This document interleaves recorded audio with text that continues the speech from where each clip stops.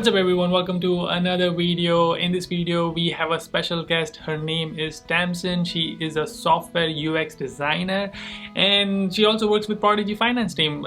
The reason I'm making this video and collaborating with her, one, because I don't have anybody who talks about UX designer on this channel, so here we go. We have someone who can talk about UX design, career, skill set and all of that. But also there's an interesting thing about Tamsyn is that she changed her career field and she did not start as a UX designer. She started at someone else and then changed her fields 3 times. So I think it's very interesting because a lot of you fall under this same boat where you did your bachelor's in maybe civil engineering or mechanical or some other electrical and now want to move into computer science or business or management. And we talk about how does it impact when you change your career and in interviews and all of that, and also we talk about skill set required to be a UX designer.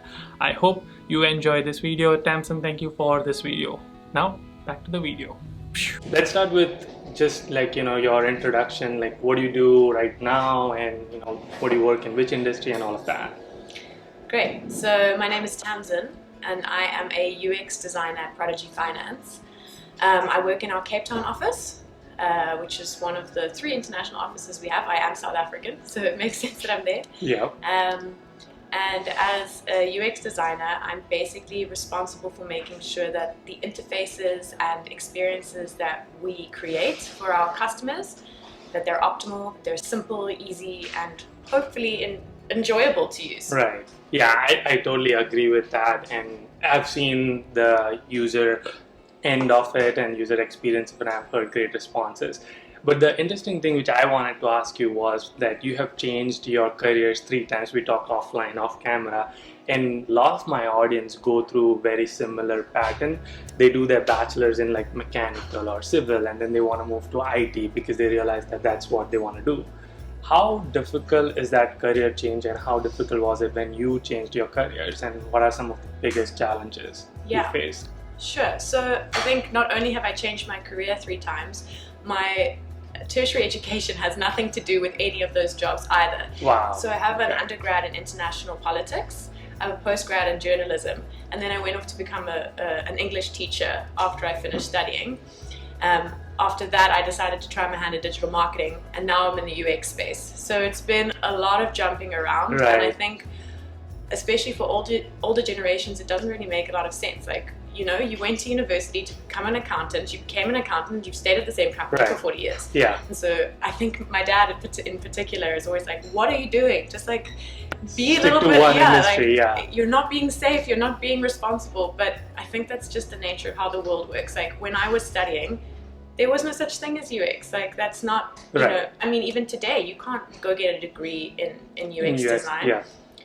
But I think the thing that's important to remember is like they sound really different, but at the core there's something fundamentally similar about each of those, and that's the desire to work with people and communicate with people. Right. And so that's something that's never going to change about me and the strengths I can bring to an organization. So I think it was important for me to figure that bit out, to figure out like if I just stripped away the skill sets and stripped away the job sort of job details, like what is it that I need to be doing on a daily basis that keeps me motivated, right. And that's working with people and communicating, whether that's listening or speaking. Right. So I think that was important for me to understand. And let me ask you that, like when you did change your careers, and how did the industry looked at it? Like were they accepting you because you came from different background, or because that's the biggest challenge my audience would face, that right. Hey, you did your bachelor's in mechanical and now you want to pursue software engineering. It's no related, but I know for me as a software manager, I would hire someone, doesn't matter to me what they did. So what's your take on that? I think that I was a lot more scared about what the hiring party would think. Right. When I got to the actual application, it's not a factor for them. It's really not. It's much more to do with what kind of person and work ethic you can show, you bring to the table. I've never been asked at any stage oh, you don't have experience in this. They want to know, in my previous experience, what kind of approach to work was I bringing, okay. and then how do I think that can apply. There were often questions about you know, what did I learn in my previous job that I think I might be able to transfer? But the resistance wasn't there. I was bringing the fear that, you know, I don't know what I'm doing. Exactly. But if you can show them that this is you have transferable skills, and it can make sense in this new environment, people are really open most of the time. Yeah. Awesome. So, and now diving into more detail of your job role, like what are some of the key roles and responsibilities, and what does your day look like as a UX designer? So I like to use this anecdote. I think it just kind of explains it for people who don't maybe know what UX is. If you build a house, there are usually 3 or 4 parties involved. You have the construction project manager, which in a tech industry would be a product owner, product manager. You have the builders, who are the devs, the software engineers.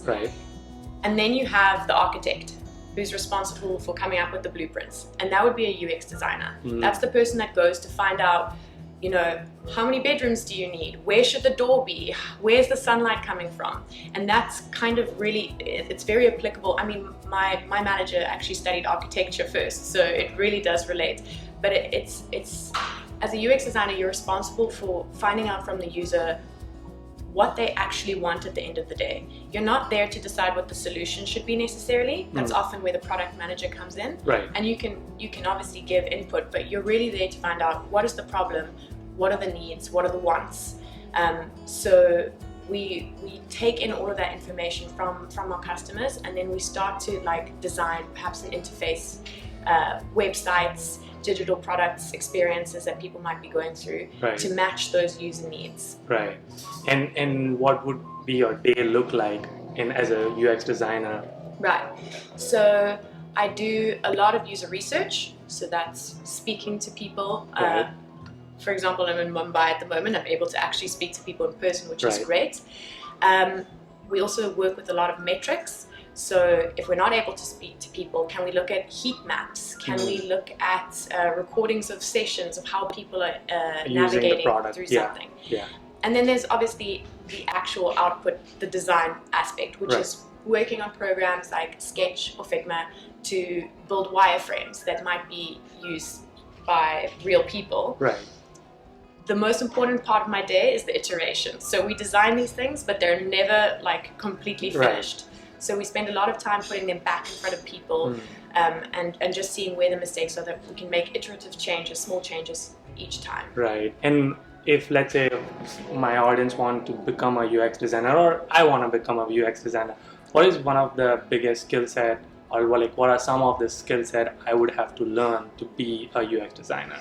So I think there's 2 parts to that question. There's learned hard skills, which anyone can pick up, and I'll talk about that in a second. But there are soft skills that I think are harder to learn, that are imperative for a good UX designer. And those are empathy, the ability to connect with someone and take your own bias out of the situation. Because obviously we've grown up in very specific worlds, and that's shaped the way we look at things. And as a good UX designer, you should be able to take your own experience out of that and step into somebody else's shoes. So that's harder to learn, but I think it's an absolute requirement. The second thing is communication. UX designers need to be able to listen more than they speak, and to really help somebody unpack something for themselves and not get involved. So those are important, but I think they're harder to learn. In terms of the hard skills, it's very much secondary. I think if you've got that down, you're halfway there. Hard skills are things like, I would always recommend someone look at online courses, particularly things around design thinking, which is an approach to work, and it's integral to UX designing.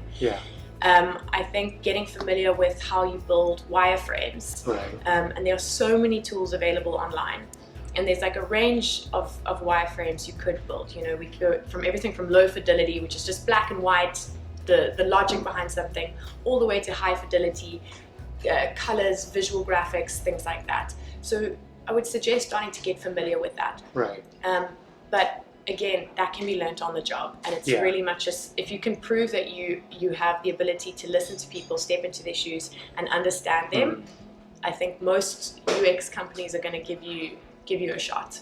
That's awesome. And I like that you spoke about empathy, because my main role is project management, and I also say that empathy is one of the biggest skill they need to learn. As project manager, you have to get the work done, and I have to work with people, so I need to understand their problem than my problem. So now, talking about UX industry, do you think there's future and scope and opportunities? Like, what's the demand in foreign countries, or even in South Africa, United States, or India? Like, what's the future of UX? The future is bright for UX. That's what I can say. The demand is totally surplus to the supply at the moment. I think our biggest team challenge at the moment is finding people who are UX designers and that are competent. Wow. We're just seeing that, and I mean, even as myself personally, when I moved from marketing into UX, my LinkedIn profile just exploded. I've been getting job requests on a weekly basis where it was maybe once a month, once every 2 months. Now people are just really, really keen to make their organizations more customer centric and customer focused, and UX is at the heart of that. Yes, totally.